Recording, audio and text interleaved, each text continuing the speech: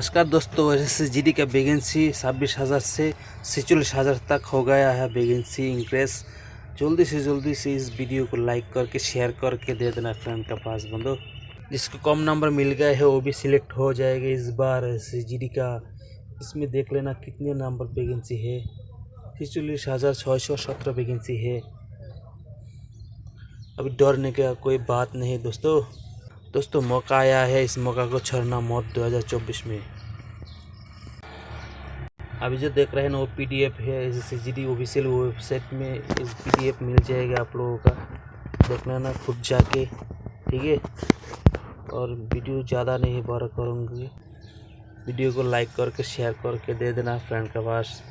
और जो नया बंदा है चैनल को जरूर सब्सक्राइब करके रखना, क्योंकि तुम्हारा प्रिय चैनल है इंडियन आर्मी ड्रीम।